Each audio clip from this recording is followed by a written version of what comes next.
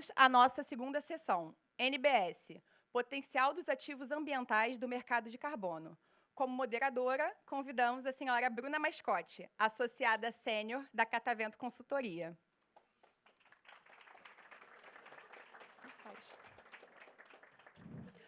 Como palestrantes, convidamos Bruno Brasil de Souza, representante no Brasil da Verra.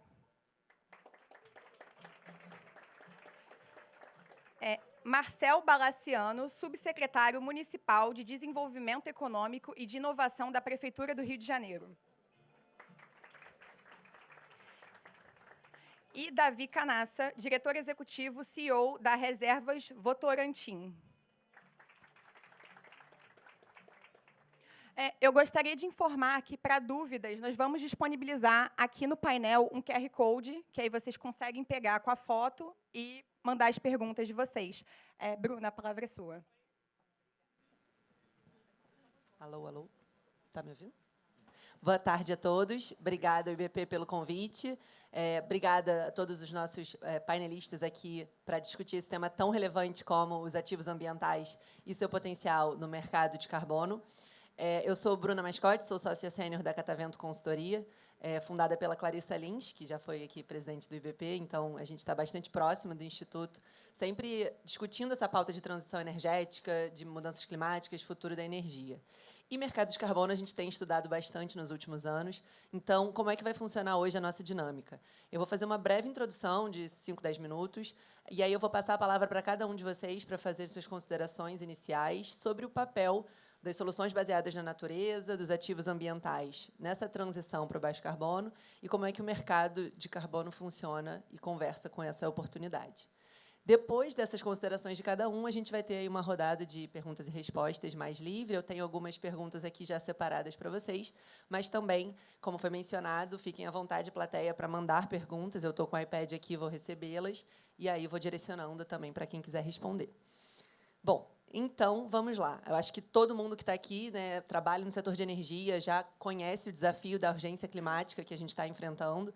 A gente teve, ao longo dos últimos anos, o Assessment Report número 6 do IPCC, que é aí a grande união de cientistas climáticos para nos atualizar sobre a ciência do clima, e é constatado que a gente precisa agir rápido. A gente precisa reduzir as emissões de gases de efeito estufa globalmente em cerca de 50% até 2030, atingindo a neutralidade de carbono em 2050.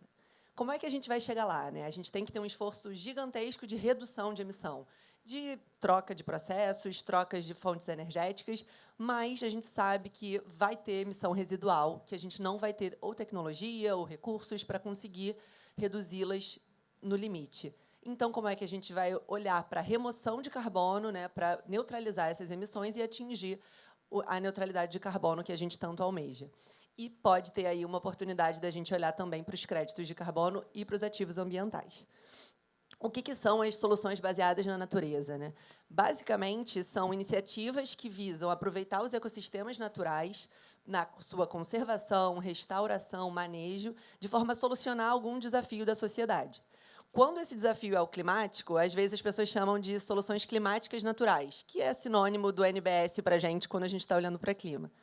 E, na pauta de clima, a gente pode ter essas soluções tanto para mitigação, quando a gente está falando de evitar o desmatamento, então você conserva uma área e você evita que ela seja desmatada, então você reduz uma emissão que estava acontecendo ou que poderia acontecer, ou você está realmente removendo carbono quando você faz uma restauração, um reflorestamento, então colocando uma árvore onde ali não tinha, portanto, começando a remover carbono da atmosfera.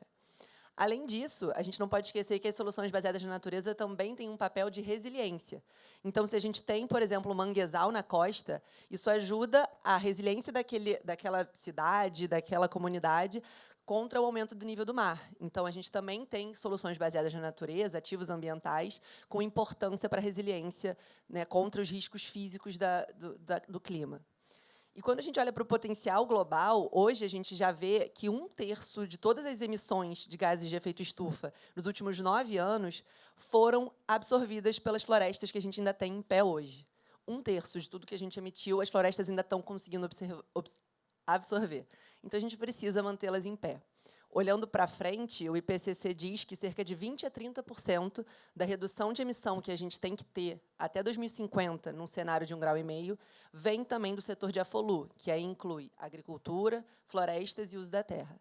Ou seja, falar de ativos ambientais é crítico para a gente falar de mudanças climáticas. E por que a gente precisa falar disso num evento do setor de energia e de um evento, né, no Brasil? A gente aqui no Brasil tem um perfil de emissões peculiar, que a maioria já sabe. Diferentemente do resto do mundo, a energia só responde por cerca de 18%, 20% das emissões brasileiras de gases de efeito estufa, enquanto o uso da terra, então, o desmatamento, a agropecuária, respondem por cerca de 70%. Então, a gente precisa falar sobre a forma como a gente restaura, conserva e protege, porque isso é crítico para a gente ter um orçamento de carbono que nos permita crescer energeticamente, na indústria, nos serviços, naquilo que gera realmente bem-estar para a nossa sociedade. Bom, dito isso, o Brasil tem hoje o segundo maior potencial global de soluções baseadas na natureza, que chega a 1,3 gigatoneladas de CO2, só para a gente ter uma noção, o Brasil emite cerca de 2,4. Então, é muito relevante o nosso potencial. Ele está majoritariamente em parar o desmatamento, então a gente precisa conter o desmatamento, mas também tem um potencial muito interessante de restauração e de reflorestamento. O que o mercado de carbono tem a ver com essa história? É uma das formas da gente alavancar as soluções baseadas na natureza. Não é a única. A gente tem pagamento por serviços socioambientais, a gente tem diversos outros mecanismos, mas o mercado de carbono pode ser uma forma. E aí a gente tem, né, um mercado voluntário, onde partes, né, desenvolvedores de projeto, a gente tem aqui, no caso, as reservas Votorantim, que foram o primeiro projeto a conseguir emitir um crédito de carbono de desmatamento evitado no Cerrado Brasileiro. Então, vai poder contar para a gente um pouco aí das lições e de como foi essa jornada. Um projeto que conservou uma área, evitou uma emissão, emite um crédito que é verificado e certificado pela Verra, que está aqui também, ou por uma outra certificadora. E esse crédito, a partir do momento que foi emitido, ele começa a estar ali disponível para ser comprado por alguém. Uma vez que alguma empresa quer ou apoiar, né, uma redução de emissão ou neutralizar as suas emissões, ela compra aquele crédito e o aposenta.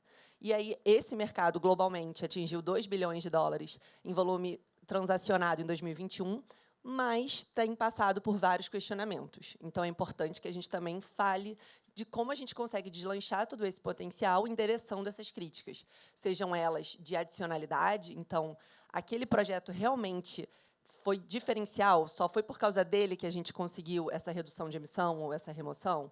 Além disso, permanência. Como é que a gente garante que aquela floresta que você emitiu crédito de carbono não vai ser queimada, não vai ser desmatada daqui a alguns anos? Porque, mal bem, eu estou usando aqui para neutralizar meu produto. Então, uma série de desafios tem surgido nos últimos anos e a gente precisa endereçá-los, né, para garantir que todo esse potencial que a gente tem no Brasil, mas também globalmente, seja, portanto, alavancado. Dito isso, vamos passar para os nossos painelistas. E aí eu chamo primeiro nossa Reservas Votorantim, Davi Canassa, diretor executivo e CEO das Reservas Votorantim, para dividir um pouco com a gente a experiência e o seu papel. Boa tarde, pessoal. Obrigado, Bruna. A Reservas Votorantim é uma empresa que tem 6, 7 anos, e nós fomos formados para responder uma pergunta: como era possível manter vários ativos ambientais que nós tínhamos dentro do portfólio dos negócios da empresa para o futuro.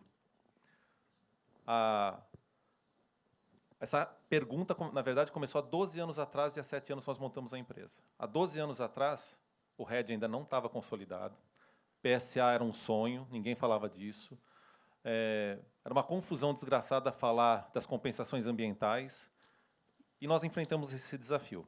Então, hoje é uma empresa que administra 130 mil hectares no país, em 3 biomas, e que, entre as suas diversas soluções, né, que nós buscamos na natureza, uma delas foi como transformar o carbono que estava nas florestas ou na construção de novas florestas em um negócio.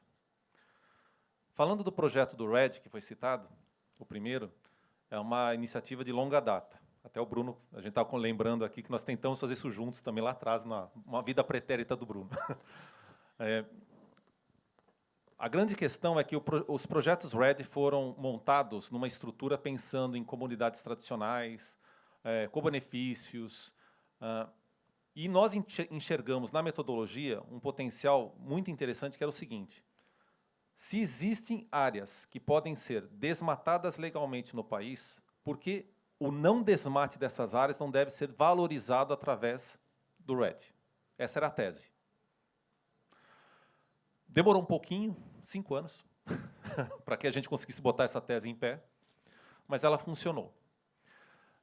Então, hoje, ali na nossa reserva chamada Legado Verdes do Cerrado, tudo isso é público que eu estou contando, vocês podem ver lá, nós conseguimos, e nós fomos o mais conservador possível no projeto. A reserva tem 32 mil hectares, nós tiramos tudo que podia dar qualquer pergunta errada lá dentro, sobraram 11.500 hectares, né? Tipo assim, topo de morro, APP, tira a reserva legal, que podia estar no RED, tá? Mas a gente tirou, né? Para ninguém questionar nada.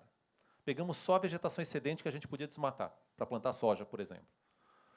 Pegamos 11.500 hectares e conseguimos passar uma certificação mostrando que, desde que nós começamos o projeto, quase lá no Cerrado, há 8 anos atrás, nós sempre pensamos nessa estratégia de transformar aquele território num território de geração de carbono.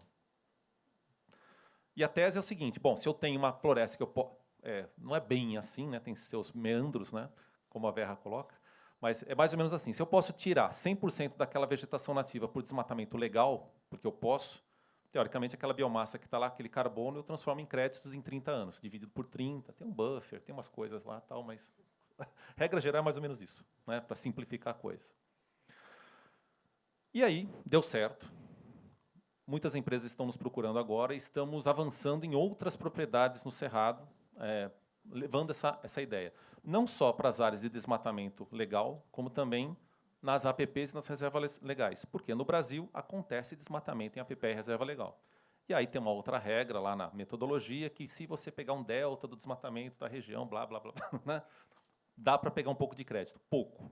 É pouco, mas é importante para quem conserva uma APP e uma reserva legal. Qual a importância disso para o proprietário? Para qualquer proprietário? Bom, o Brasil é peculiar nesse sentido. Poucas legislações nos países têm a figura de ter uma reserva legal obrigatória e uma APP, né, a área de proteção em torno dos rios, topo de morro.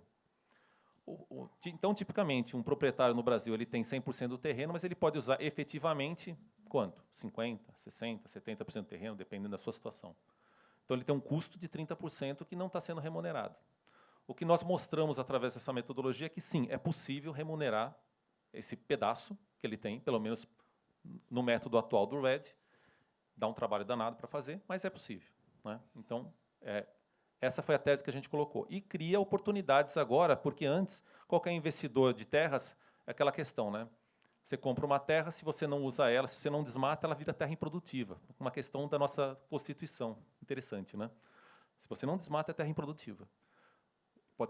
Pode ser desapropriado. Agora a gente criou uma oportunidade de negócios e tem até KNAI, gente. Até KNAI agora existe. Então, dá para você colocar realmente na sua propriedade que aquela atividade produtiva de conservação funciona. Na outra ponta, como a Bruna falou, né, esses créditos gerados são parcela muito importante para o processo de aprendizado, conscientização, aprendizado e engajamento na questão da descarbonização de várias empresas que se comprometeram voluntariamente com isso. Claro que a empresa tem que fazer o seu dever de casa, mas todas as empresas precisam de créditos de carbono, porque sempre vai ter uma parcela remanescente, sempre. E a gente está avançando, só para passar, depois a gente pode avançar mais. Hoje nós estamos discutindo uma outra metodologia, que eu estava até comentando aqui com os colegas. Nós estamos discutindo criar um pagamento de serviço ambiental, onde a moeda será carbono também, aproveitando a lei brasileira. Então, essa metodologia que é nova, que nós estamos desenvolvendo junto com uma empresa chamada Econ, a Reservas e a Econ são parceiras nessa jornada, é pública, vocês podem entrar, chama PSA Carbon Floor, porque o RED não dá para usar em alguns biomas, por exemplo, como Mata Atlântica. Não dá para usar o RED, por exemplo, em RPPNs. Tem gente que diz que dá, mas metodologicamente é muito questionável, né? Então, a gente está discutindo essa possibilidade de ter uma outra metodologia que cubra esse gap. Então, a Reservas está avançando nessas frentes relacionadas a carbono e em várias outras coisas que vocês podem ver depois. Perfeito, muito obrigada, Davi. Acho que é muito bom a gente ouvir de quem está lá perto, né, desenvolvendo os projetos, conhecendo os desafios na prática. Eu não sabia, por exemplo, que Mata Atlântica não estava, né, elegível a emitir créditos de REDD+, então depois quero ouvir mais sobre. Bom, agora vamos passar para o Bruno, da Verra, para compartilhar um pouco a visão, né, de quem está certificando os créditos, quem está por trás dessas metodologias aí e, portanto, da garantia da qualidade, da integridade desses créditos. Boa tarde, meu nome é Bruno Brasil, eu sou o novo representante da Verra no Brasil. Em nome da Verra, eu agradeço a organização do evento pelo convite. A Verra é a organização que define os critérios dos padrões e valida as metodologias e as ferramentas que são utilizadas para a realização de estimativas de redução de emissão de gases de efeito estufa ou remoção de dióxido de carbono atmosférico no âmbito do mercado voluntário de carbono. A Verra é a organização líder do setor. Em outras palavras, o que a Verra faz, ela cria as regras, o conjunto de regras que é utilizado pelos desenvolvedores de projeto para desenvolvimento, implementação e monitoramento do projeto, e depois pelos auditores que a própria Verra acredita, credencia para fazer as análises, para análise de conformidade do projeto. E com foco no quê? Na emissão dos créditos de carbono, na geração dos créditos de carbono para comercialização no mercado voluntário. Então, isso é o escopo principal de trabalho da Verra no âmbito do mercado voluntário de carbono. Ela também faz outras coisas. Como eu disse, a Verra é o benchmark do mercado. Hoje, o mercado de carbono voluntário, sempre importante frisar, no mundo, transaciona algo em torno de 500 milhões de créditos de carbono por ano.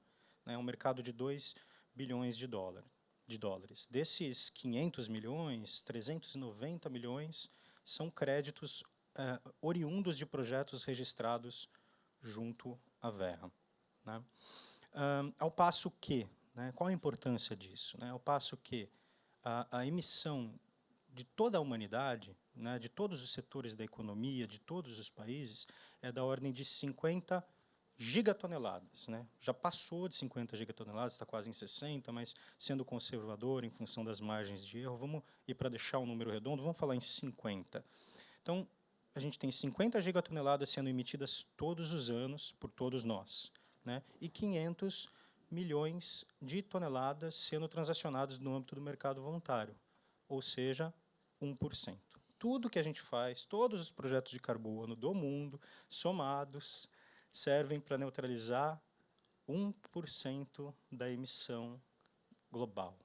E essa é a importância do mercado voluntário de carbono hoje. E isso já diz muita coisa por si só, os números, mas duas conclusões, eu gostaria de chamar a atenção para duas conclusões principais.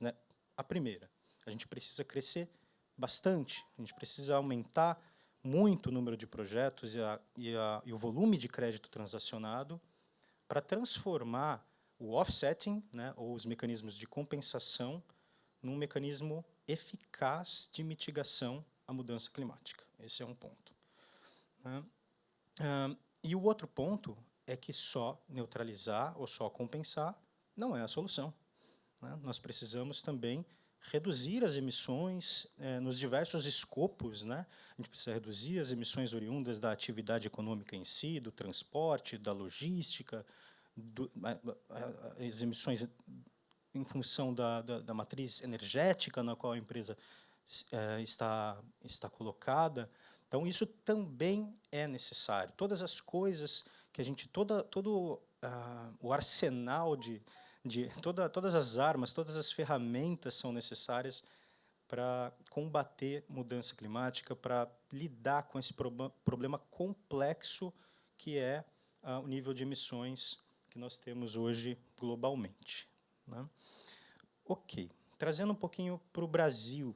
O Brasil, como a Bruna bem colocou aqui, emite algo em torno de 2,4 gigatoneladas, então 2,4 bilhões de toneladas de carbono, ocupando aí, salvo engano, o quinto lugar no ranking dos países mais poluentes. E desses 2,4 gigatonelada, metade é de mudança no uso da terra, que é um outro nome para desmatamento, né? Quando você converte a floresta em um outro uso, seja pasto ou um campo de cultivo de grãos, por exemplo, você pega todo aquele carbono que estava armazenado ali na forma de biomassa, corta, queima, transforma em gás, né? Isso é, portanto, emitido. É assim que o Brasil emite a maior parte dos gases, 1,2, portanto, gigatonelada todo ano no Brasil é emitido em função do desmatamento, né? E os projetos de AFOLU, como ela colocou, ou os projetos que usam essas soluções baseadas na natureza, né, o NBS, por sua vez, eles são responsáveis pela redução de emissão ou remoção de dióxido de carbono atmosférico da ordem de 12 milhões de toneladas. Então, novamente, e curiosamente, a gente chega no mesmo valor, né? 1%. Né? Tudo que a gente faz no Brasil, em matéria de NBS, serve para compensar 1% das emissões oriundas do desmatamento. Né? Muito bem. E o que isso significa em termos de área? Né? Se a gente transforma esses 12 milhões de créditos de carbono ou de toneladas de dióxido de carbono equivalente, como queira chamar, em hectares, né? A que números a gente chegaria? Isso equivaleria a mais ou menos 22 mil hectares. Se a gente pega o desmatamento no Brasil, ano passado, que foi da ordem de 11 mil quilômetros quadrados, né? Ou seja, 1,1 milhão de hectares é o que a gente desmatou ano passado no bioma Amazônia, a gente vai chegar numa importância relativa de 2%. Então, todos os projetos de REDD somados no Brasil reduzem o desmatamento anual hoje em 2%. Né? Se os projetos não existissem, o desmatamento seria 2% maior. Essa é a lógica, no fim do dia, desses números. Então, isso mostra a importância do mercado hoje, e as mesmas conclusões que a gente já tinha chegado, olhando, né, vislumbrando os números do mercado voluntário de carbono no mundo, servem para o Brasil também. A gente precisa crescer bastante ainda o número de projetos e o volume de créditos transacionados para trazer um grau maior de eficácia dos mecanismos de offsetting hoje existentes para o combate ao desmatamento, para a redução do desmatamento e combate à mudança climática. Tá? Mas a importância, isso vale sempre frisar, do mercado voluntário, ele não reside somente, apesar de esse ser o principal objetivo, a importância não reside somente em neutralizar as emissões das empresas, das indústrias. Os projetos de carbono, eles criam fluxos financeiros que podem ser utilizados também para a conservação da biodiversidade ou para a melhoria da qualidade de vida das comunidades tradicionais que existem na Amazônia. Né? Todos os projetos de carbono, portanto, eles podem ser entendidos como projetos socioambientais. Né?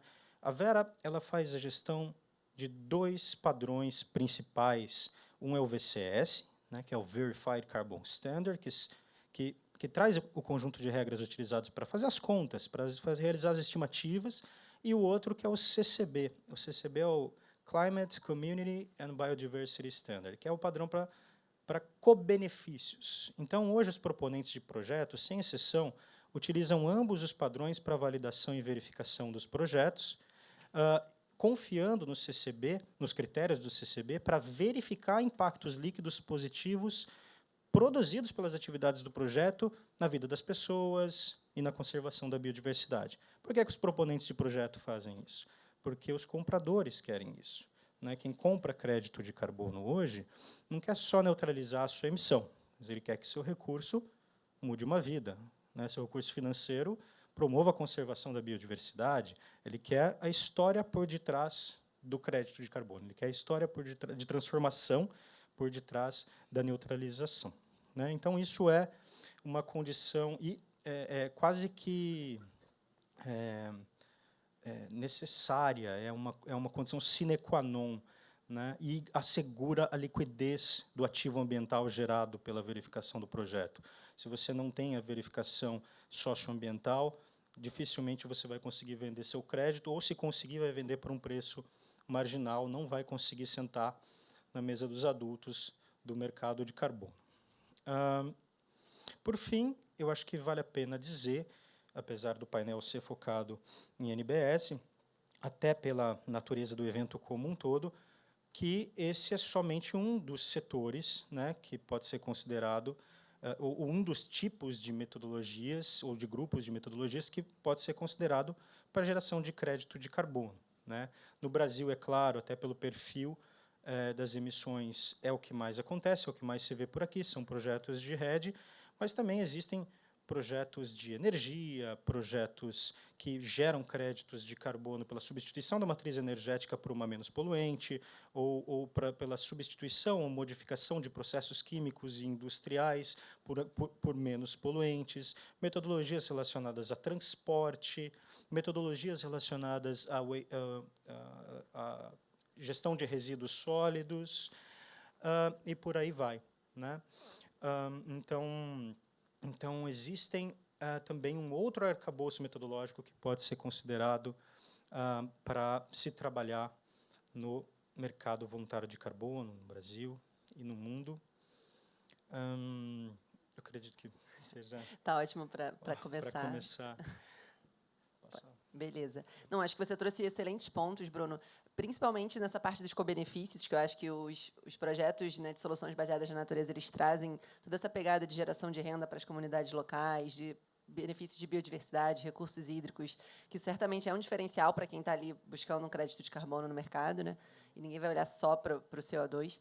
E também a importância das empresas sempre terem certeza que estão reduzindo ao máximo e não olharem apenas só para o offsetting, né? Então, acho que a gente volta a isso depois.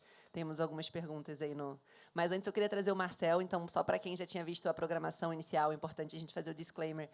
A Ana Carolina Esclô não pôde participar, ela teve uma questão pessoal, e a gente teve aí uma super adição ao nosso painel, que é o Marcel. Ele é subsecretário de Desenvolvimento Econômico e Inovação da Prefeitura do Rio, e acho que vai trazer um pouco a visão das políticas públicas, né? Como é que o governo local, aqui no caso, no Rio de Janeiro, pode ajudar a fomentar como enxerga esse mercado de carbono e essa vocação que a gente pode ter como cidade para a transição para uma economia de baixo carbono. Então, Marcel, as suas considerações iniciais, e aí a gente abre um debate aqui. Acho que já está ligado. Boa tarde a todos. Primeiro, um prazer estar aqui, Bruna, Bruno, Davi. Em nome aqui do secretário de Desenvolvimento Econômico, Inovação e Simplificação do Rio de Janeiro, dos Cambulhões, eu agradeço aqui o convite do IBP. Começar a falar que acho que a cidade do Rio de Janeiro, né, mas o Rio de Janeiro, o Estado também, mas conta uma história com sustentabilidade e tudo mais já muito grande. Sempre é bom lembrar, né, aqui a gente tem a Floresta Tijuca, o primeiro inventário de emissões de gás de efeito de estufa foi feito aqui no Rio de Janeiro nos anos 2000. A gente teve Rio 92, Rio Mais 20. Agora, recentemente, no governo do prefeito Eduardo Paes, foi lançado o PDS, Plano de Desenvolvimento Sustentável. Ou seja, são várias ações, iniciativas, já ao longo do tempo, que casam com essa história do Rio de Janeiro. O próprio prefeito Eduardo Paes mesmo já foi secretário de Meio Ambiente no passado, como deputado federal também teve alguns projetos de lei sobre esse temática, foi presidente da C40, a C40, aquele grupo das principais cidades do mundo sobre essas questões, ele sucedeu o Michael Bloomberg. Então, o Rio conta uma história muito grande nesse sentido. Lá no começo da gestão do prefeito, em primeiro semestre de 2021 mesmo, foi criado um grupo de trabalho coordenado pela Secretaria de Desenvolvimento Econômico, junto com a Secretaria de Fazenda, Secretaria de Meio Ambiente, Procuradoria do Município e outros órgãos, né, da administração pública municipal, para a gente estudar justamente esse mercado de crédito de carbono, o que a gente poderia fazer nesse sentido. E de lá para cá, eu acho que muita coisa aconteceu e eu vou falar um pouco dessas ações, iniciativas que foram feitas, né. Lá mesmo, em 21, no final do ano, a gente fez um seminário grande no Museu da Manhã. O título do seminário era muito interessante, era Rio, Capital de Investimentos Verdes do Brasil. Não que a gente seja, mas alguma coisa que a gente almeja. O seminário contou com diversos especialistas, o prefeito Abril, o João Roberto Marinho, o representante da Fundação Roberto Marinho também participou, o secretário Chicão, o secretário Pedro Paulo, o Armínio, o próprio Marcelo Ramos, o deputado federal, relator, autor do projeto de lei do mercado regulado, também participou. Então, foi um seminário bastante interessante. E, ainda em 21, a gente teve a alegria de trazer aqui para a cidade do Rio de Janeiro a Air Carbon Exchange Brasil. A Air Carbon Exchange é uma das principais plataformas do mercado voluntário mundial, sediada em Singapura, tem mais ou menos 10% do mercado voluntário mundial. Ela ia para a América Latina, para o Brasil, ia para São Paulo, a gente conseguiu trazê-la aqui para a cidade do Rio de Janeiro. Então, a gente já tem uma plataforma global sediada aqui no Rio de Janeiro. Em abril de 22, a gente fez o primeiro leilão de micromobilidade urbana do mundo. Aquelas bicicletas laranjinhas, né, que o Itaú patrocina, na verdade, a bicicleta é de uma empresa chamada Tembici, empresa de compartilhamento de bicicleta. A Tembici era dona dos créditos de carbono gerados aqui na cidade pelas pessoas que andam nela. E esses créditos de carbono, certificados pela Verra, foram transacionados na Air Carbon Brasil, sediado no Rio de Janeiro, ou seja, créditos de carbono gerados na cidade, transacionados numa plataforma também sediada no Rio de Janeiro. E isso foi o primeiro evento desse tipo do mundo, o primeiro leilão de micromobilidade urbana do mundo ocorreu aqui no ano passado, na cidade do Rio de Janeiro. A gente também enviou um projeto de lei para a Câmara de Vereadores, chamado ISS Neutro, que o prefeito sancionou a semana passada. Um incentivo fiscal grande para trazer empresas desse setor aqui para a cidade. A gente fez acordos de cooperação técnica com a CVM, com a própria C40, com a Verra, inclusive, a gente está em tratativas também. Inclusive, amanhã vamos ter uma grande reunião com o secretário de Cambulhões, o Bruno. Um grande ativo aqui da cidade do Rio, né, é o nosso capital humano. Esse ano a gente está fazendo a COP, faz 60 anos. Semana passada a gente teve, inclusive, num evento lá, o professor Romildo, o professor Suzana Kahn, eles lançaram um centro ligado a carbono também, mas não só a COP, a PUC também, com vários departamentos lá, em especial o Departamento de Energia, coordenado pelo professor Eloy Fernandes, Davi Zuberstein, ou seja, muita gente aqui, a própria FGV também, FGV Energia e outros departamentos, ou seja, o Rio tem esse capital humano muito, muito importante, além de sedes de vários órgãos federais, da própria ANP aqui, a EPE, Petrobras, ou seja, o Rio, isso é um grande ativo do Rio, e é isso que, nessa gestão do prefeito, a gente quer tornar o Rio a capital da inovação da América Latina. Várias ações estão sendo feitas nesse sentido, e muitas dessas também ligadas aqui à questão de sustentabilidade, transição energética e tudo mais. A gente está fazendo alguns hubs de inovação na cidade. O próprio secretário, hoje, na abertura, falou. A gente tem lá na área do Porto o que está se chamando de Porto Maravalli, que vai ser um hub junto com o IMPA. O IMPA vai ter a primeira graduação. O IMPA, hoje em dia, só tem pós-graduação, mestrado, doutorado, vai ter a sua primeira graduação em 4 cursos. O próprio prefeito esteve, semana passada, em Brasília, com o presidente Lula, para reafirmar esse compromisso, vindo dinheiro federal também para isso. E nesse hub é um galpão de 10 mil metros quadrados, lá na área do Porto, onde vai ter a graduação do IMPA e empresas também vão ficar lá, startups, empresas de tecnologia, para fazer justamente essa ligação entre academia e mercado. O modelo de governança, eu particularmente acho bem interessante, como aqui a prefeitura já vem fazendo há algum tempo. O prédio, o galpão é da prefeitura, a prefeitura está fazendo a obra, mas quem vai tocar isso depois é o setor privado. Não é o prefeito que vai determinar quem é o diretor de lá ou não, o setor privado que vai tocar, porque vai ficar os ciclos políticos, né, alternam, pode vir um de um lado, do outro, mas isso é importante ficar. E um exemplo, como a gente tem o próprio Museu da Manhã, foi feito assim aqui na cidade do Rio de Janeiro. Foi feito com dinheiro público, num local público, mas ele permaneceu porque não tem essa, não é o prefeito da cidade que comanda lá, hoje em dia é o IDG. E nessa temática que a gente está falando, o outro hub de finanças sustentáveis, transição energética, é o que a gente está chamando de Centro de Energia e Finanças da Manhã. Tem um prédio icônico aqui no centro, no Passeio Público, o antigo imóvel do Automóvel Clube. Lá a prefeitura vai reformar esse prédio. As obras, inclusive, já começaram. É um custo de R$40 milhões, expectativa de 1 ano e meio, mais ou menos, demorarem as obras, e depois o setor privado lá vai tocar. A gente está vendo qual gestor vai ser. Inclusive, hoje foi anunciado mais cedo, possivelmente, o IBP, junto com o IUP, sendo lá o gestor desse prédio. A gente também está um parceiro institucional, a CVM, sempre esteve junto com a gente nesse projeto, e outros, a gente espera muito assinar com com a ANP também, e tudo mais para alavancar esse projeto. O Rio, ele tem, no Plano de Desenvolvimento Sustentável, no PDS, que foi feito, a gente tem várias metas ligadas a essa temática. Uma, para 2026, de ter um mercado de carbono. A gente, então, alguns anos antes, estamos nessas tratativas, inclusive com a própria uma plataforma global que já veio aqui, e essas iniciativas todas que eu tenho comentado, de estimular o mercado de carbono aqui no Rio. A gente tem como meta ser carbono neutro até 2050, até 2030 ter uma porcentagem considerável de empregos verdes, 40%, algo nesse sentido. Ou seja, tudo isso são metas que a cidade do Rio de Janeiro se compromete a fazer. Então, acho que essa fala inicial eu encerro aqui, Bruna. Obrigado. Tá ótimo. Não, fiquei curiosa de saber mais como é que é essa história do ISS neutro, mas depois a gente volta nisso. A gente já recebeu algumas perguntas da plateia que combinam com as perguntas que eu tinha separado para vocês, então vamos a elas, que é um pouco das polêmicas que estão surgindo aí em torno dos créditos de carbono florestais. A Ana Serrano, mencionou todas essas críticas que a gente tem ouvido falar, como a matéria da The Guardian, que saiu nesse ano ou ano passado, eu não sei, questionando que grande parte dos créditos de carbono florestais não teriam efetivamente gerado uma redução de emissão ou evitado, que a ameaça do desmatamento não era tão grande assim. Além de um questionamento mais macro, principalmente na Europa, de que a gente não deveria priorizar tanto os créditos florestais e mais para as alternativas tecnológicas, tipo captura direta do ar e outras alternativas. Então, ouvi um pouco de vocês qual é o grande diferencial que os projetos de carbono florestal têm, como os co-benefícios, e a sua proximidade das comunidades locais, etc., que talvez os tecnológicos não tenham, e como garantir a integridade e a robustez aí para que as empresas não sejam tão questionadas. Bom, posso começar.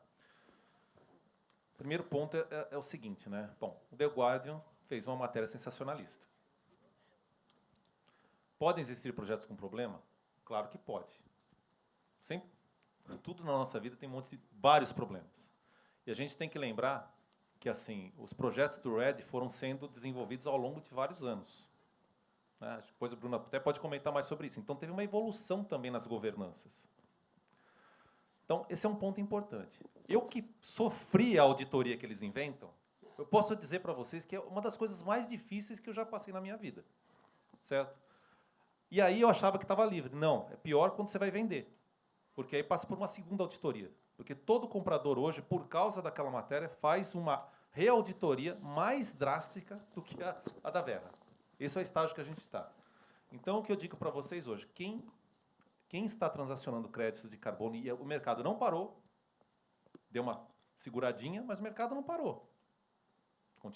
As transações continuam acontecendo. Então, vamos rediscutir, vamos melhorar os padrões. A Verra está fazendo... Aliás, a Verra já estava fazendo isso. Desculpa, já estou...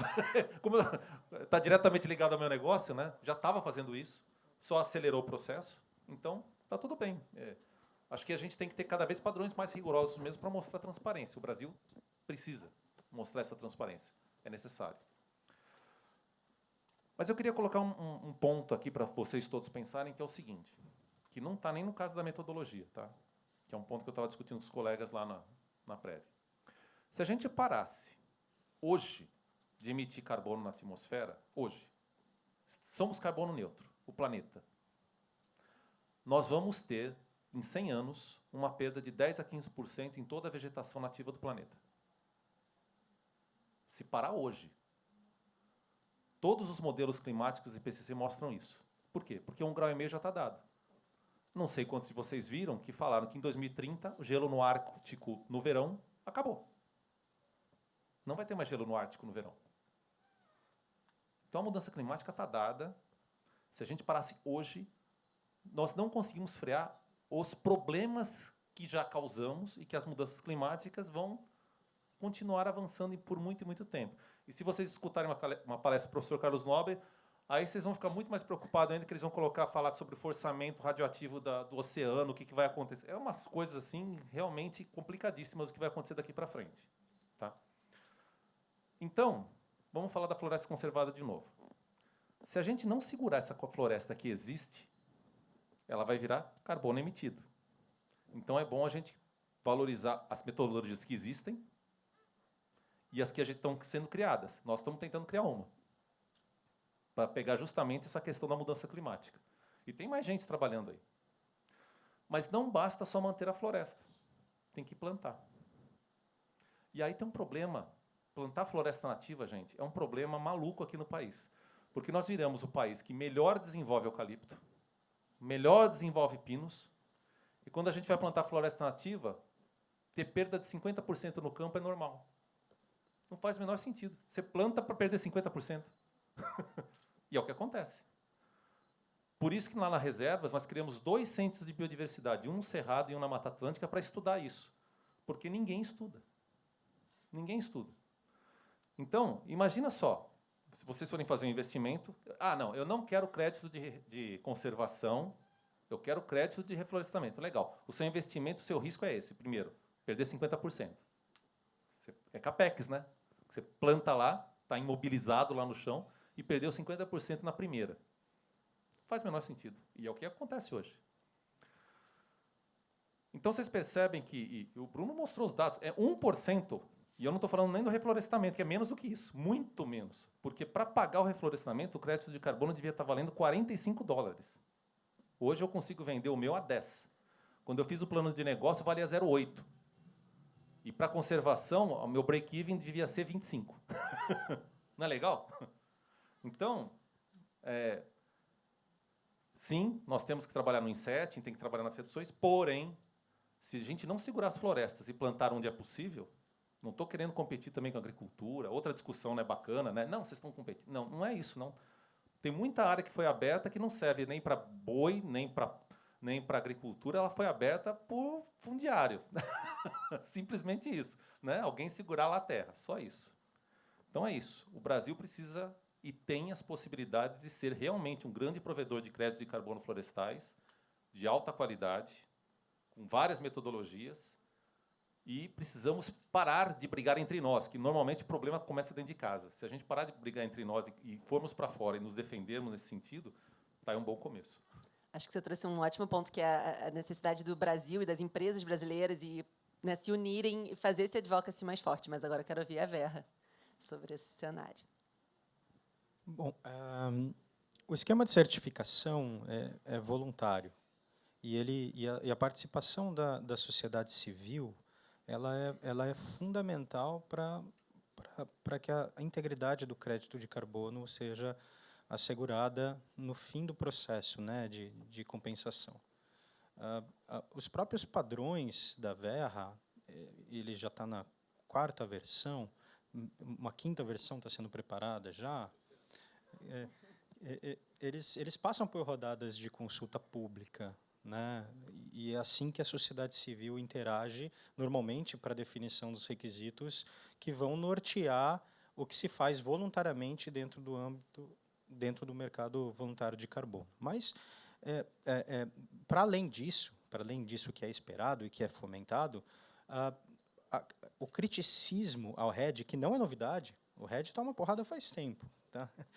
Não é de hoje, mas hoje chama mais atenção porque o mercado está em alta, né? Também é uma manifestação livre da sociedade civil que a Verra observa, acolhe, entende e tenta melhorar, né?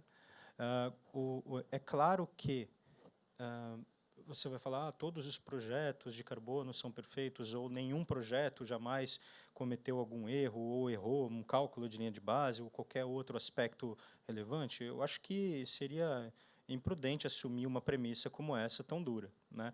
Mas o que eu posso dizer é que o esquema de certificação é montado para evitar que essas coisas aconteçam. Então, em primeiro lugar, né, vamos entender como funciona o esquema de certificação e o quão robusto e pesado ele é, e caro, e oneroso em tempo e em recurso ele é. Então, primeiro, existe o desenvolvimento das metodologias, né? As metodologias podem ser desenvolvidas por qualquer entidade. E elas são validadas pelo padrão. O padrão de certificação faz uma auditoria dupla. Ele contrata 2 auditorias de terceira parte para avaliar a metodologia em campo e ver se ela realmente consegue fazer o que ela se propõe a fazer, né? As estimativas de redução de emissão, por exemplo. Ok. Validada a metodologia, os padrões também já publicados com participação da sociedade civil, o negócio começa a funcionar. Aí o desenvolvedor de projeto utiliza uma metodologia e o padrão para desenvolver o projeto, né? Aí ele desenvolve o projeto, ele tem um documento que mostra como o projeto foi desenvolvido. Aí ele vai chamar uma auditoria de validação. Essa auditoria de validação é feita por uma terceira parte, um terceiro órgão independente, que foi acreditado pela Verra para fazer essa auditoria. Esse órgão que audita também é auditado, então tem uma auditoria de quarta parte, né, que normalmente é feito por um instituto como a ANSI, o American National Standardization Institute, mas existem outros também, eu só citei um exemplo. Esse auditor do auditor, ele usa as normas da família ISO 1465, para avaliar o trabalho do auditor. Então, tem um auditor sendo auditado e um projeto sendo auditado pelo auditor. Isso para validar o projeto.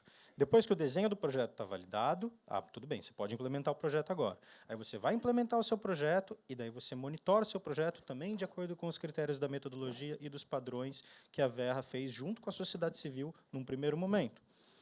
Aí chama uma segunda auditoria, que é a auditoria de verificação.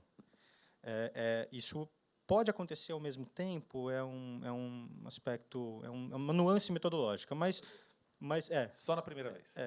Mas o fato é que é uma auditoria dupla de verificação para ver se, de fato, as emissões foram reduzidas de acordo com as estimativas. E depois que isso tudo é feito, se tudo estiver conforme, não pode haver não conformidade, se tudo estiver conforme, aí você ganha um atestado de verificação. E você chega lá no padrão, na Verra, e fala, eu quero registrar meu projeto e comercializar esses créditos. E o que a Verra faz aí? Audita você novamente, que é a auditoria de avaliação de acurácia do projeto. Então, ela vai avaliar o que você fez e o que o auditor fez, para ver se o auditor avaliou direito também.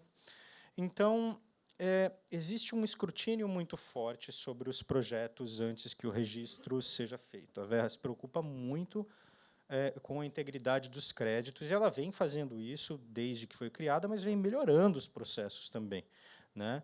Então, hoje, validação, algumas premissas e alegações públicas que eu posso fazer em nome da Verra, né? Validação externa é necessário, tá? A Verra não entende que o que ela faz por si só é suficiente, e acolhe iniciativas como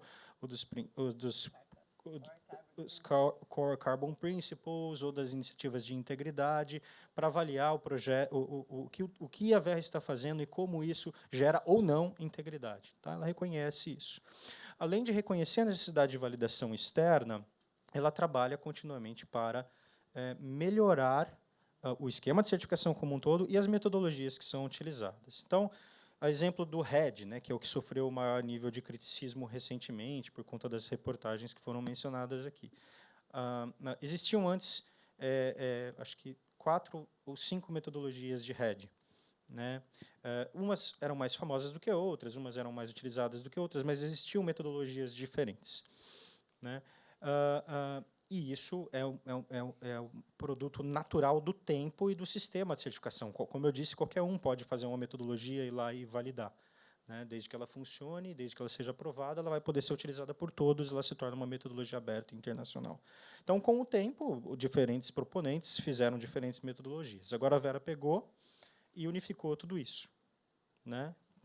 Corrigindo falhas, melhorando os aspectos técnicos dessas metodologias e normalizando tudo.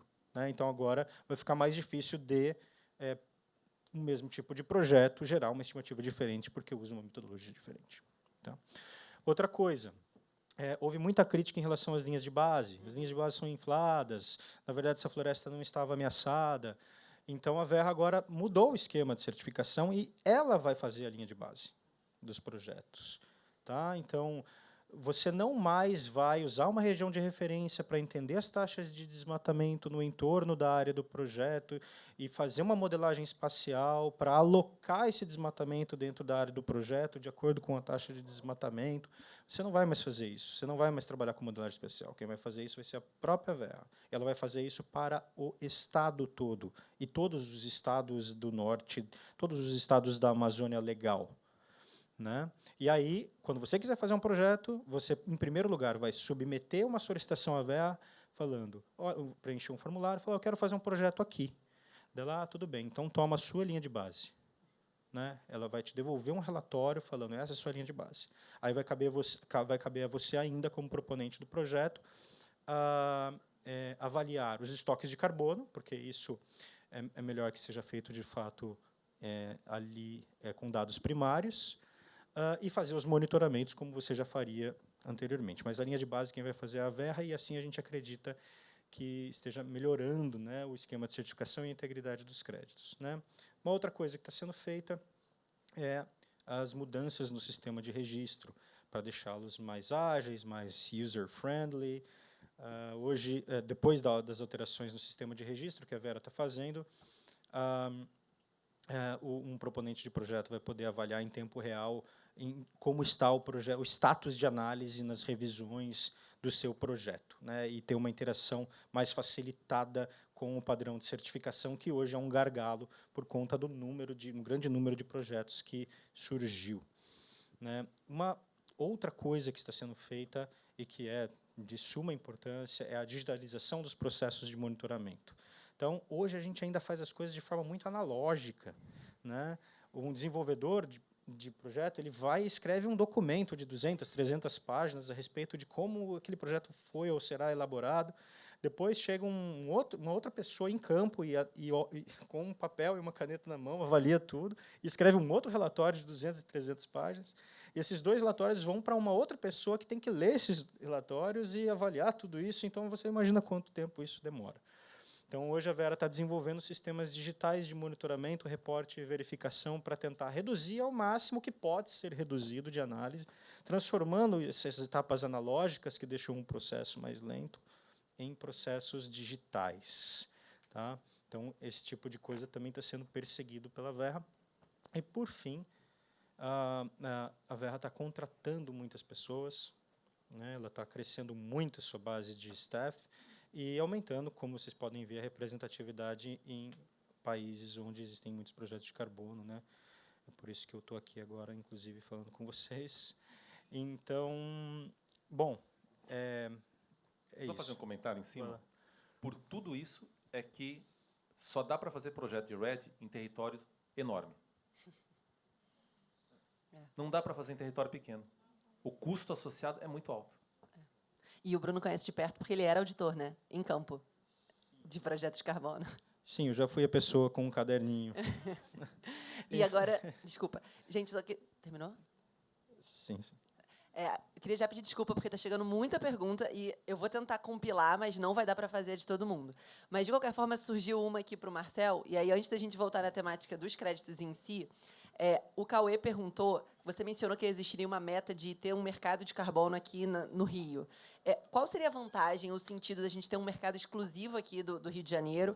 Por que não apostar num mercado regulado macro do país, ou, eventualmente, até um voluntário geral, ou não circunscrever apenas aqui ao Rio?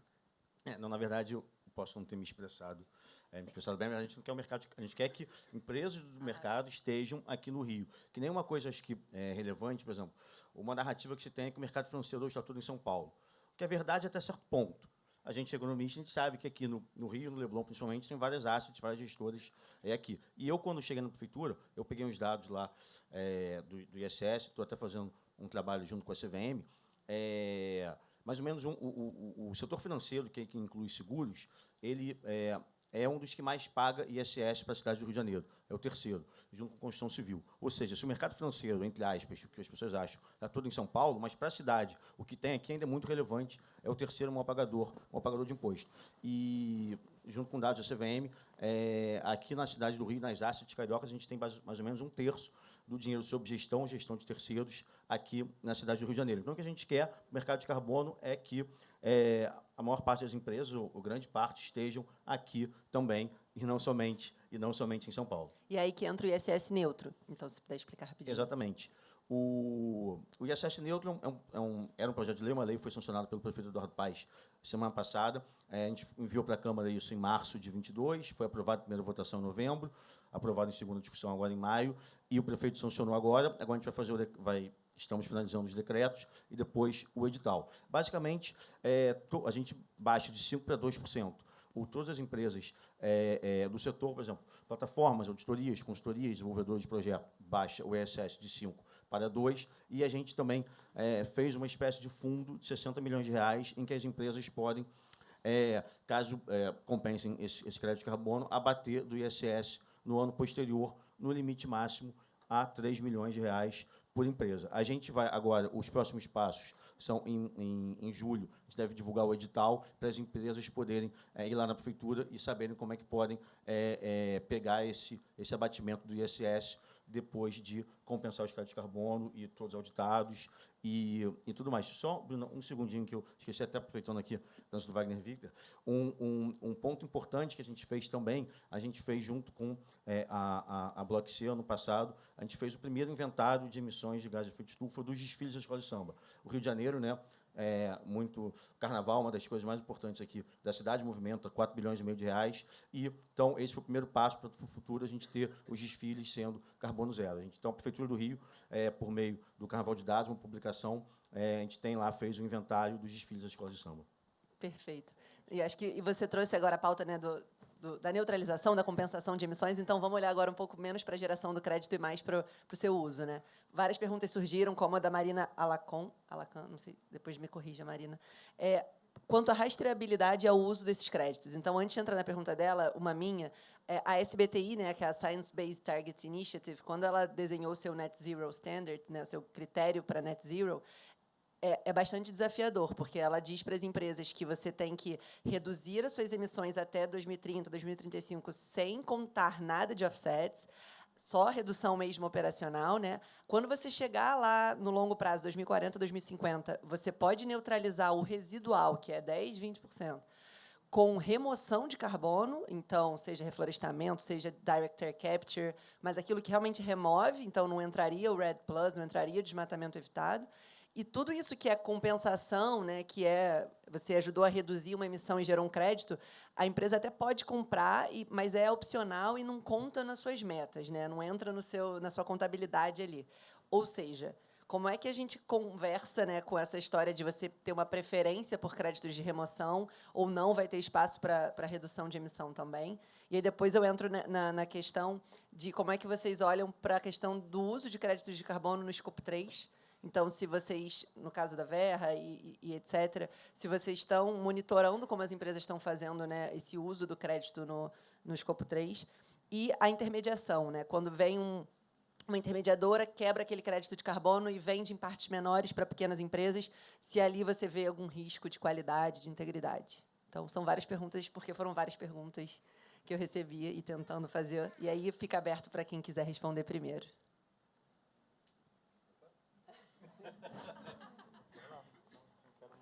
Bom, uma coisa bacana nessa história toda é o seguinte, todo mundo está aprendendo. O Science Based Target é uma iniciativa muito interessante, né, que as empresas que voluntariamente, de novo, né, tem que falar sempre essa palavra, voluntariamente se submetem ao Science Based Target, recebem lá a sua curvinha de descarbonização, né, e estão lutando lá. É um grupo de empresas e, gente, serão milhões, bilhões de investimentos para fazer a modificação de várias indústrias. Essa é a questão. Parênteses nessa história. O Brasil, do ponto de vista das indústrias mais energívoras e mais emissoras, quando você compara as toneladas de produto por carbono, as nossas normalmente são muito menores do que as de fora.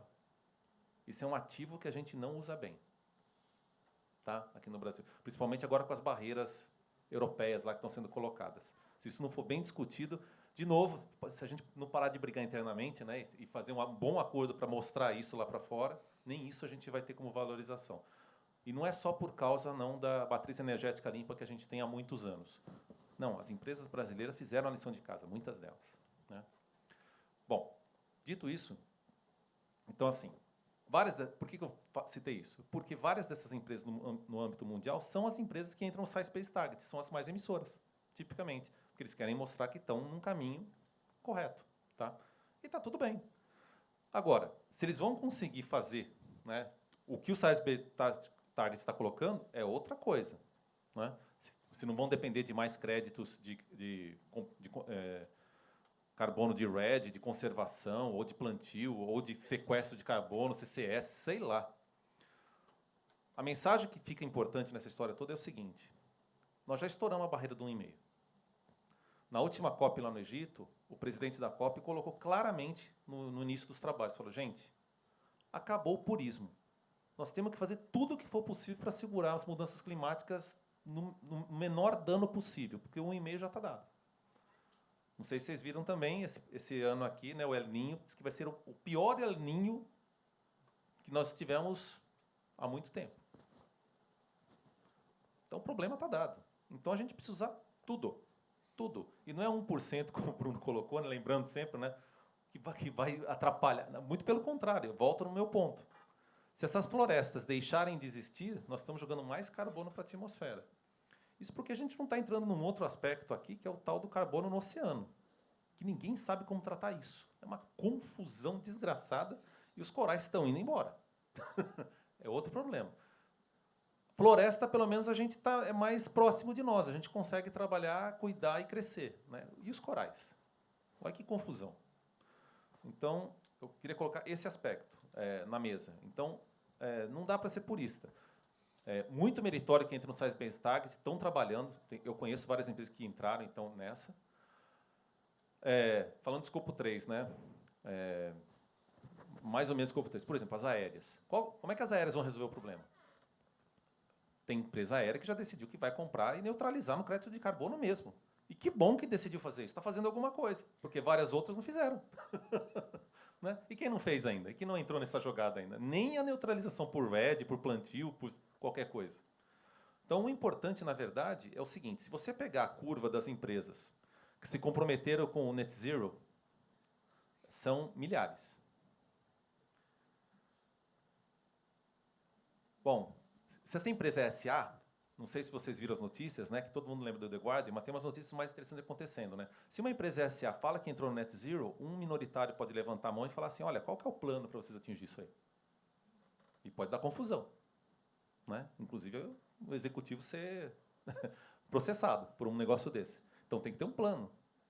E na prática, a maioria das empresas que se comprometeram com o Net Zero ainda não botaram os planos à carga, seja de insetting, de redução das próprias, ou de compra de crédito. Então, tem muita coisa ainda para acontecer. Bruno? Eu queria fazer uma fala, nem que breve, sobre a natureza, nem que seja breve, sobre a natureza de um crédito de carbono, né? O que é um crédito de carbono? É uma tonelada de dióxido de carbono equivalente, né? Então, o que é o equivalente? É porque nessa tonelada tem vários gases misturados, na verdade, né? Mas, por exemplo, além do dióxido de carbono, tem o monóxido de carbono, além desses dois, tem metano, tem óxido nitroso, que são outros gases que também provocam um agravamento do efeito estufa, mas que são convertidos para fins matemáticos, né, com base na capacidade de aquecimento, em função da capacidade de aquecimento que eles têm da atmosfera, em quantos dióxidos de carbono aquilo equivaleria. Por isso que a gente usa CO2e.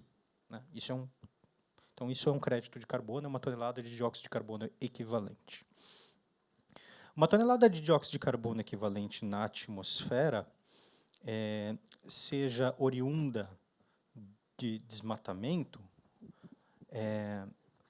ou de outra atividade, ela causa o mesmo dano, né? Ela agrava o efeito estufa da mesma forma, né?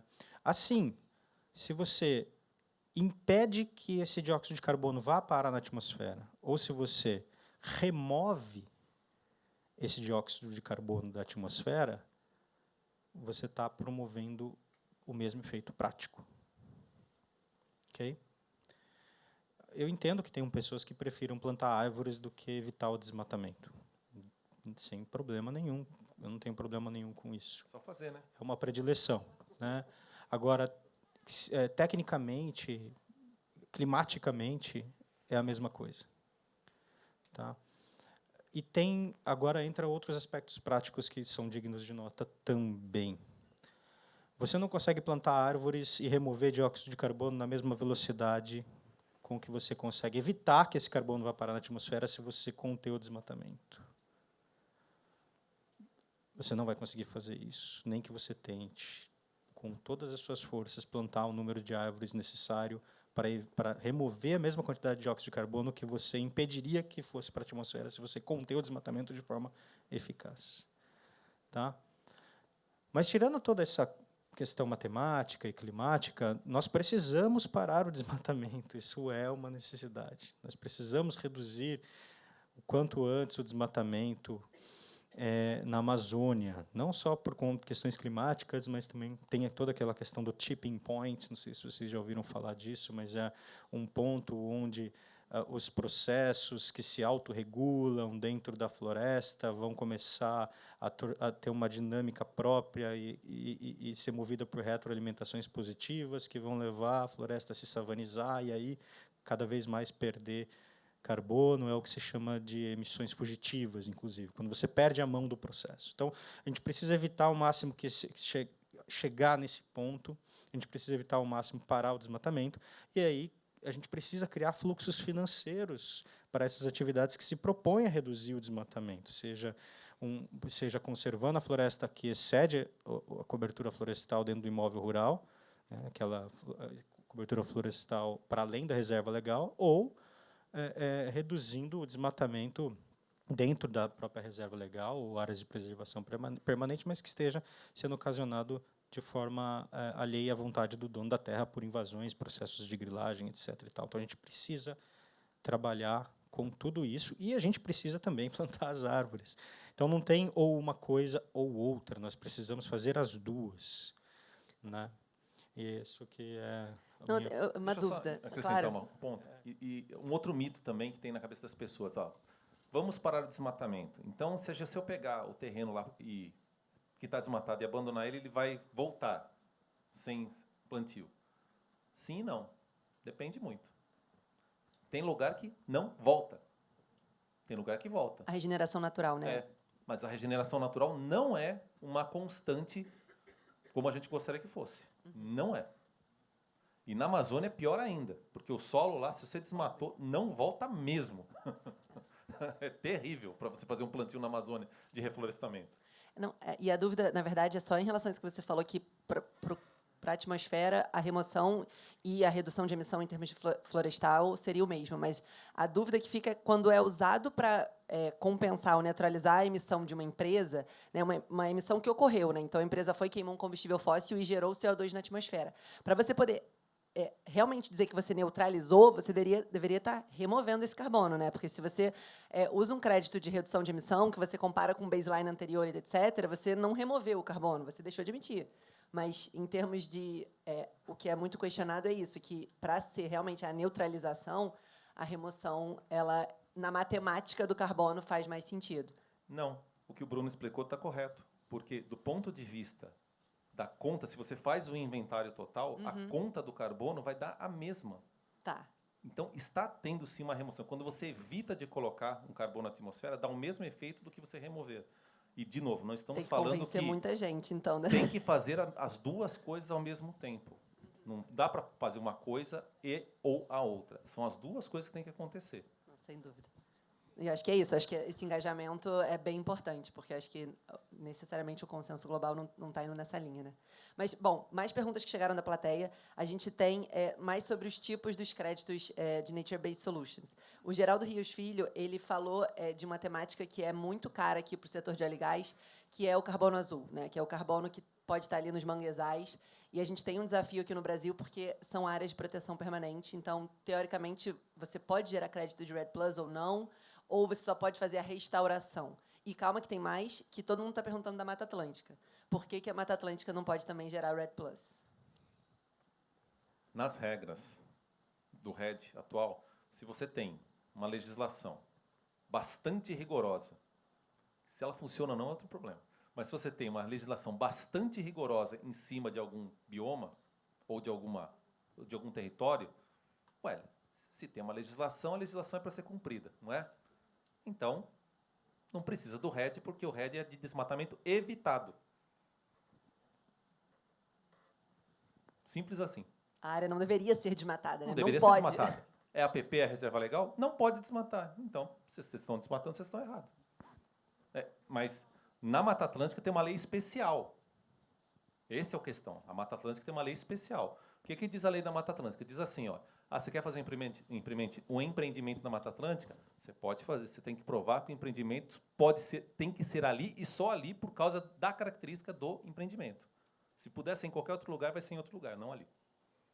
Resumindo a lei. Bom, em complemento ao que o Davi trouxe, eu poderia dizer que, para que um projeto de RED possa ser verificado, você tem que comprovar a plausibilidade do cenário de linha de base, o quão aquele desmatamento iria, de fato, ocorrer. Se a lei, na jurisdição onde você está, diz que é proibido desmatar aquele tipo de floresta, então você só consegue demonstrar a plausibilidade do cenário de linha de base se você comprovar que a lei não é seguida. Se você comprovar que onde você está, todo mundo, não obstante a lei que existe, vai lá e desmata a Mata Atlântica, aí você pode sim fazer um projeto de RED. Tá? Mas as barreiras e as dificuldades não param por aí. Vocês sabem que hoje tem pouca Mata Atlântica e que as taxas de desmatamento são reduzidas, né? Não é como no bioma Amazônia e em área de fronteira.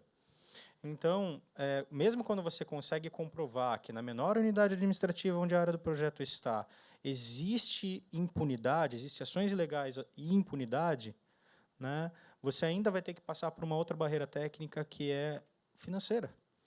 Se você está evitando desmatamento pequeno e residual, que acontece, mas que você não vai gerar muitos créditos de carbono. Se você não vai gerar muitos créditos de carbono, você não vai rentabilizar seu projeto, você não vai pagar suas contas.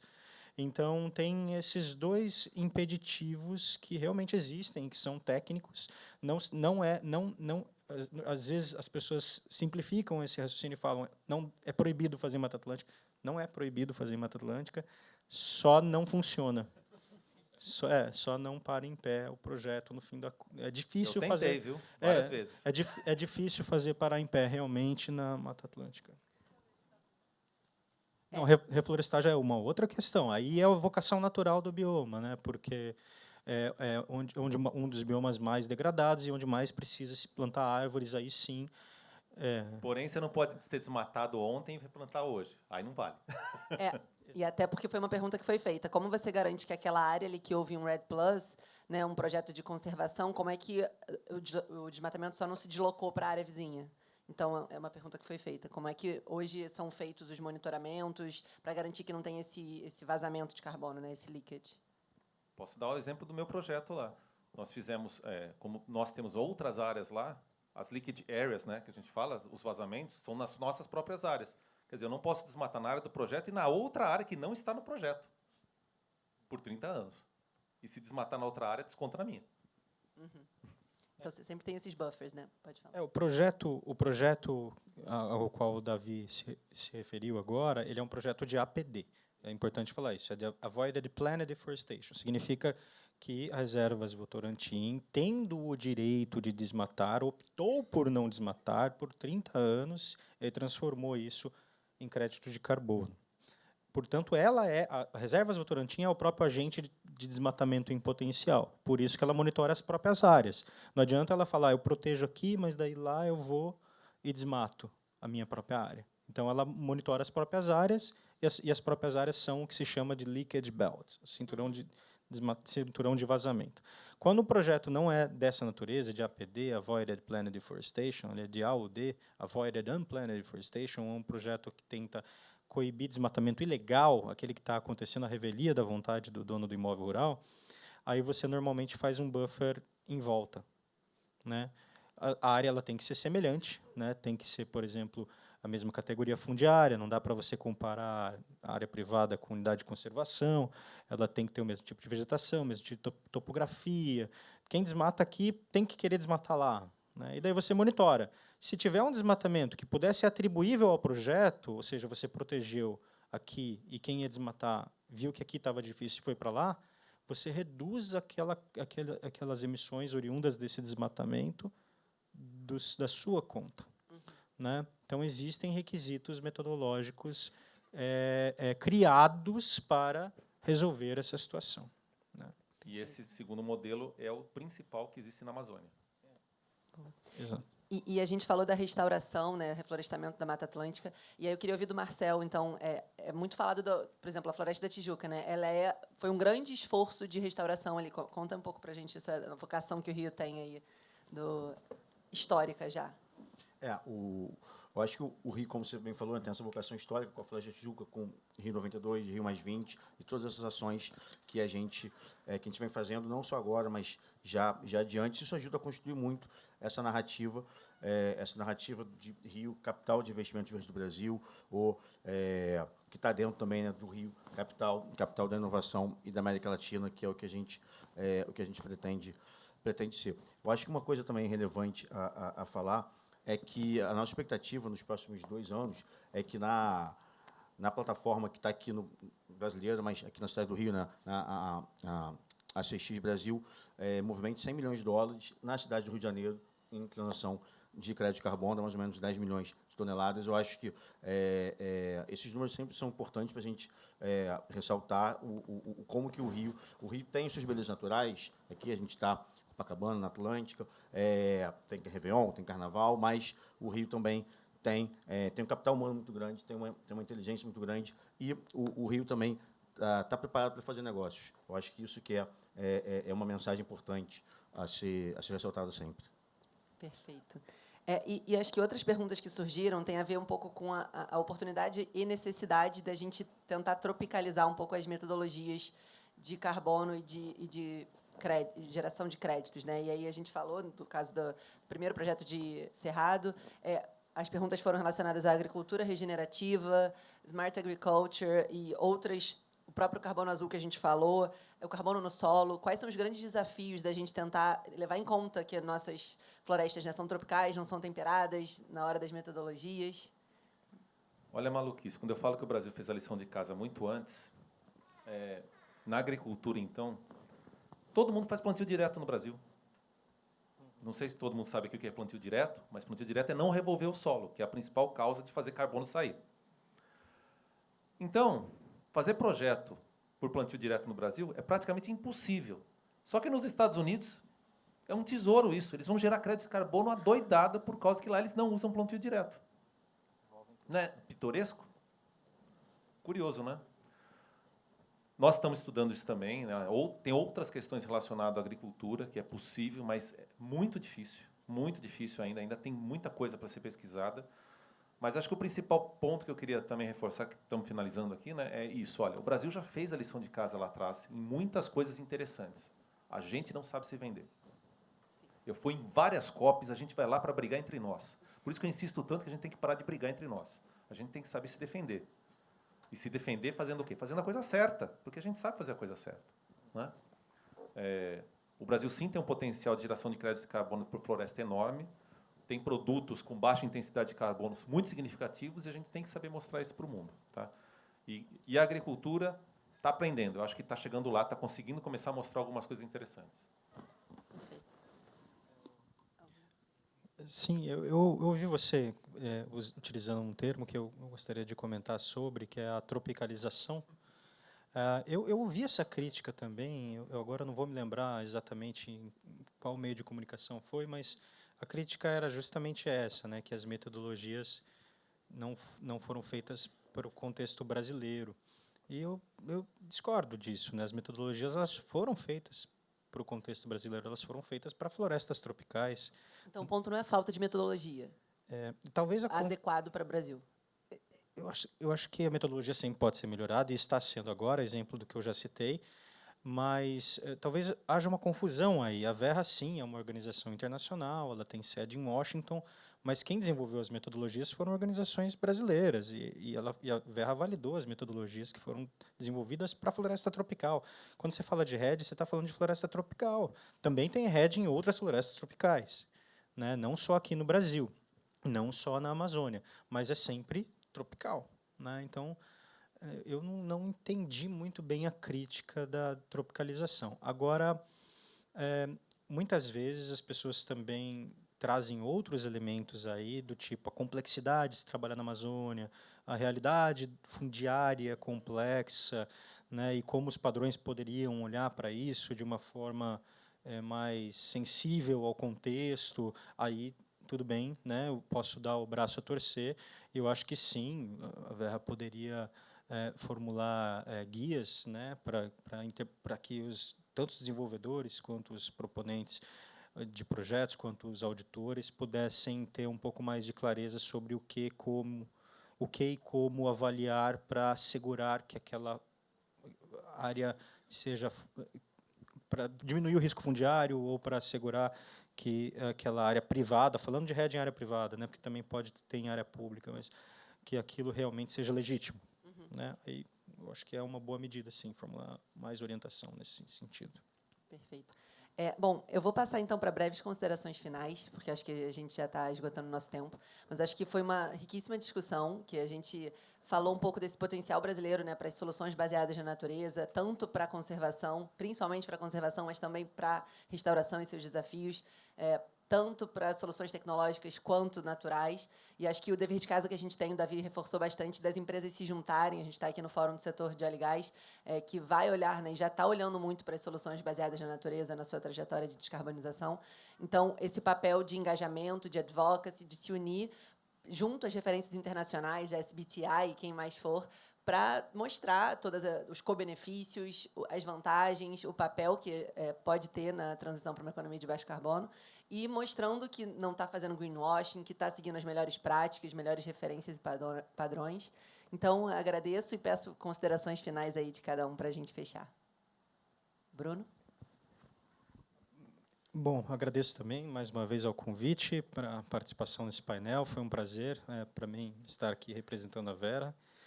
E as soluções climáticas baseadas na natureza, né, soluções baseadas na natureza são...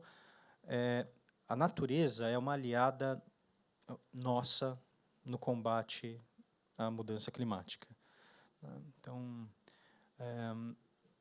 outras soluções, elas são igualmente bem-vindas, né? Exemplo das soluções tecnológicas de captura de dióxido de carbono da atmosfera, mas nós não podemos perder de vista a importância, principalmente no nosso país, né, que tem essa vocação natural, de utilizar a natureza em nosso favor para combater mudança climática e também para promover desenvolvimento econômico de base sustentável, né?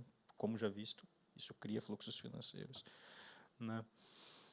Então, espero que essa tendência ela se amplifique, consolide, cresça até 2030 e que isso possa ser motivo de orgulho no futuro, né? Como a gente utilizou essas soluções baseadas na natureza para mudar o curso, né, das coisas aqui no Brasil, né, e no mundo. Quem vai?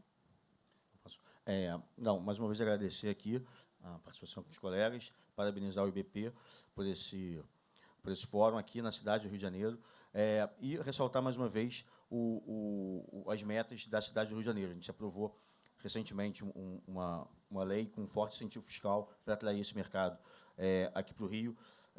As obras começaram lá do Automóvel Clube, do Centro de Energia e Finanças da Manhã, ou seja, nos procurem a Prefeitura do Rio de Janeiro, que a gente está com essa meta de nos tornar a capital da inovação da América Latina no futuro.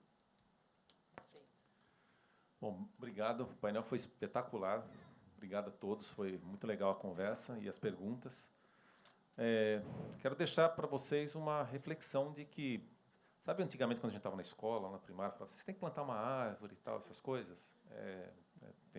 Tem mesmo, viu? A gente estava certo lá, né? Estava certo, viu? Tem mesmo, porque por vários motivos, né? Não só pelo fato de você ter essa obrigação hoje, nós como sociedade, né, de tentar diminuir um pouco o tamanho do problema que já está colocado, mas para passar para as futuras gerações o que tem que ser feito, porque a bucha, na verdade, está com eles, piora, né? As coisas realmente não tão boas, não tão boas mesmo, né? Tem vários problemas relacionados. teve um... Eu não sei por que ninguém está falando mais disso, né? Mas tem uma... lá atrás, quando falaram que se parar realmente de ter gelo no Ártico, aquela corrente que fica no Atlântico vai parar, os nutrientes vão parar de circular e pode causar uma catástrofe maluca, que a gente não sabe exatamente o que pode chegar. Ah, isso é catastrofismo? Catastrofismo? Eu não sei, eu só sei que a gente vai testar isso na prática, né, daqui a pouco. O fato é esse. Né? O fato é esse. Então, nós temos que fazer tudo. Acho que a mensagem do presidente da COP passada é muito pertinente. Nós temos que fazer tudo que é possível agora. Né? E fica o convite, quem quiser conhecer um pouco do que a Reservas Votorantim faz. O nosso primeiro legado, que é o legado das águas, quem quiser, siga a gente lá no Instagram, no Facebook, a gente publica muita coisa bacana. Tem a parte do turismo, que é mais bacana, todo mundo gosta de ver, né? Mas se vocês estiverem em São Paulo, vai ser um prazer recebê-los lá também, né? E a gente compartilhar um pouco dos aprendizados. Obrigado. Obrigada, IBP, e obrigada a todos aqui pela presença.